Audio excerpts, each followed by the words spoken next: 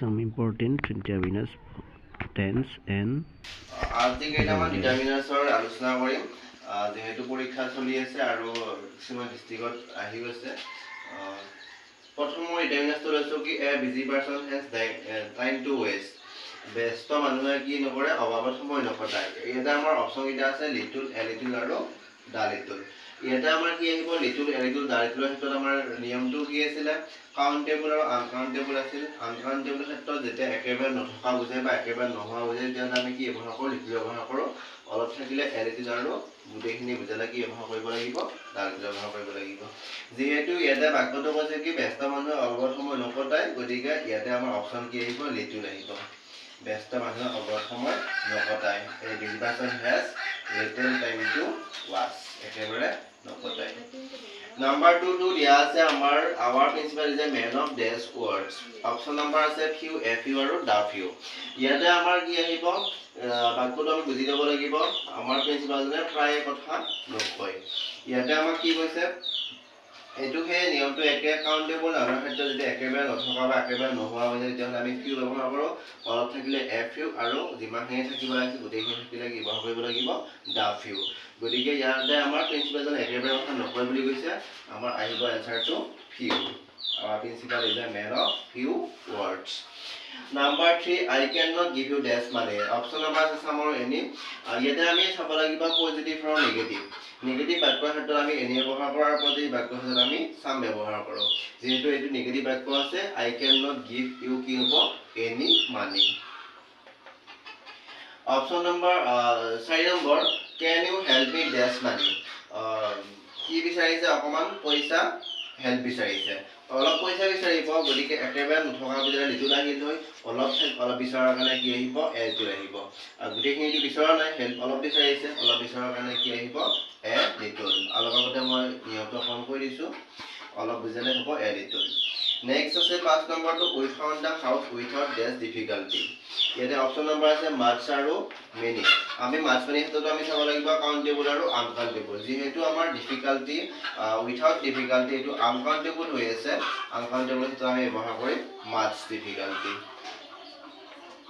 আৰু মেনি ক্ষেত্ৰত ব্যৱহাৰ কৰিব লাগিব কাউণ্টেবল আৰু লগতে কাউণ্টেবল নামটো কি হ'ব লাগে 12 ফৰ্ম হ'ব লাগে 12 ফৰ্ম হ'ব লাগে গতিকে এইটো আনকাউণ্টেবল হয় আৰু আনকাউণ্টেবল ক্ষেত্ৰত আমি ব্যৱহাৰ কৰিম মাছ নেক্সট 6 নম্বৰ আছে this is this room I work in নিৰ্দিষ্ট বুজাইছে সেইটো এটা নিৰ্দিষ্ট ৰুম আই ৱৰ্ক ইন য'ত মই কি কৰোঁ কাম কৰোঁ নিৰ্দিষ্টভাৱে বুজা বাক্যৰ ক্ষেত্ৰত আমি ব্যৱহাৰ কৰোঁ দা ব্যৱহাৰ কৰোঁ গতিকে এই ৰুমটোৰ কথা কৈছে যিটো ৰুমত কি কৰোঁ মই কাম কৰোঁ গতিকে এইটোত কি আহিব আমাৰ দা আহিব নেক্সট 7 নম্বৰ Sri Lanka is just island Sri Lanka আইচলেণ্ডটো আমি চাব লাগিব আইটো কি হয় ভাৱেল হয় ভাৱেলত আমি ব্যৱহাৰ কৰোঁ এন গতিকে শ্ৰীলংকা ইজ কি হ'ব এন আইচলেণ্ড এইকেইটা ডিটাৰমিনাৰ্ছ আলোচনা কৰিলোঁ আজি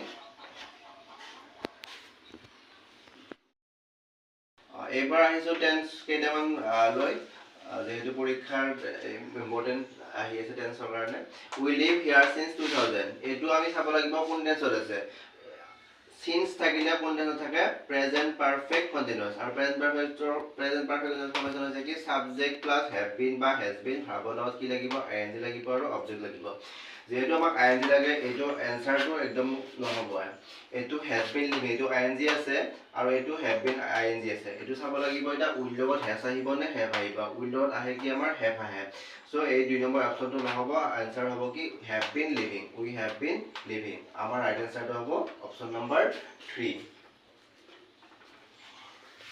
number 2 our teacher go to London last year আমি বাক্য চাব লাগিব কোন দেশত আছে আমাৰ শিক্ষকজন ক'ত গৈছে লণ্ডনত গৈছে কেতিয়া গৈছে যোৱা বছৰ গৈছে লাষ্ট ইয়াৰ থাকিলে কোন দেশত থাকে simple past last year last month last week এইবিলাক থাকিলে কি হয় সিম্পল পাস হয় সিম্পল পাসৰ ফৰ্মেশন আছে কি subject plus verb two plus object ইয়াতে আমাৰ সাবজেক্ট প্লাস ভার্ব টু আমি চাব লাগিব গোস আছে এইটো ভার্ব টু নহয় সেল গো এইটো ভার্ব টু নহয় আৰু ভাৰ্ব টু হৈছে কি গো বা ভাৰ্ব টু হ'ল ওয়েন গতিকে অপচন নম্বৰ কিমান হ'ব 2 went our teacher went to London last year number 3 Mohan reached home before it started raining আমি বাক্যটো চাম Mohan reached home before it started raining before থাকিলে আমাৰ কোন টেন্সত থাকে past perfect tense past perfect tense এটা বাক্য শেষ হোৱা বুজায় এটা কাম শেষ হোৱা বুজায় মোহনে ঘৰ পালে কেতিয়া ইট ষ্টাৰ্টেড ৰেইনিং, বৰষুণ দিয়াৰ আগতে ঘৰ পালে।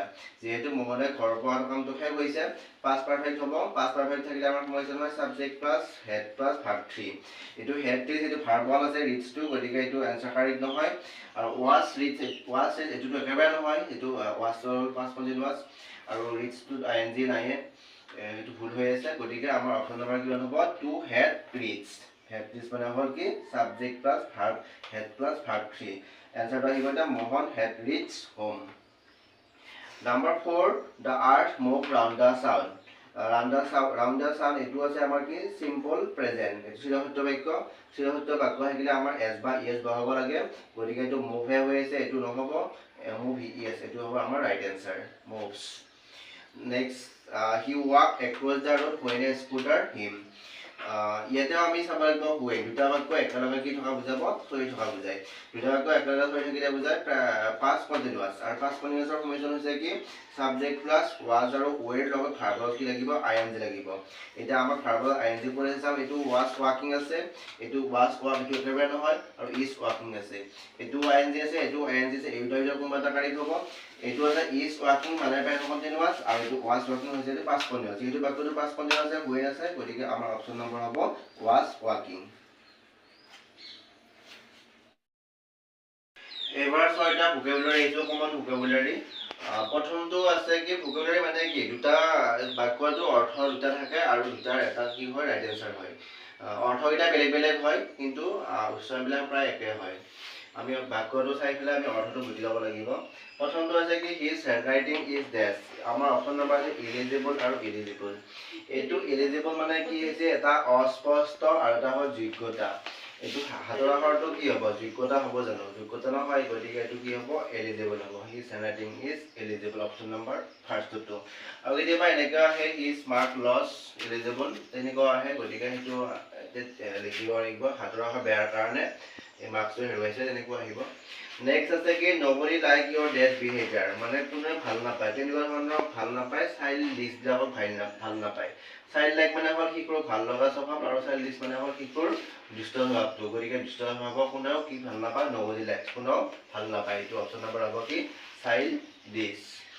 নেক্সট আছে কি our family deals in these product. আমাৰ ফেমিলিয়ে কি বেপাৰ কৰে? ডিলছ ইন মানে বেপাৰ কৰা। আৱাৰ ফেমিলিয়ে কি বেপাৰ কৰে? ডেইৰী আৰু ডায়েৰী। এটা ডায়েৰী হৈছে কি এইটো ডায়েৰী হৈছে আমি যিটো দিনলিপি লিখোঁ সেইটো হ'ল ডায়েৰী, আৰু এইটো ডেইৰী হৈছে কি বেপাৰ কৰা ডায়েৰী, ডেইৰী মিল্ক, গাখীৰৰ বেপাৰ কৰে।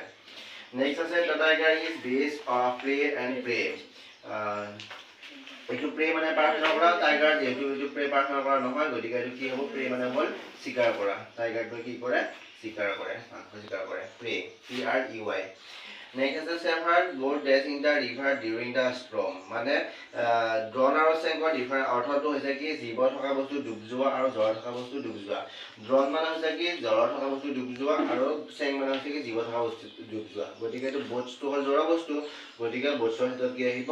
ড্ৰন আহিব। যদি জীৱ থকা বস্তু আহে মানুহ, গৰু, ছাগলী এনেকুৱা থাকিলে তেতিয়াহ'লে কি আহিব? চেং আহিব। নেক্সট লাষ্টৰটো হৈছে কি Sankardev was a scholar. Scholar মানে হ'ল পণ্ডিত। এতিয়া পণ্ডিতৰ ক্ষেত্ৰত কি আহিব?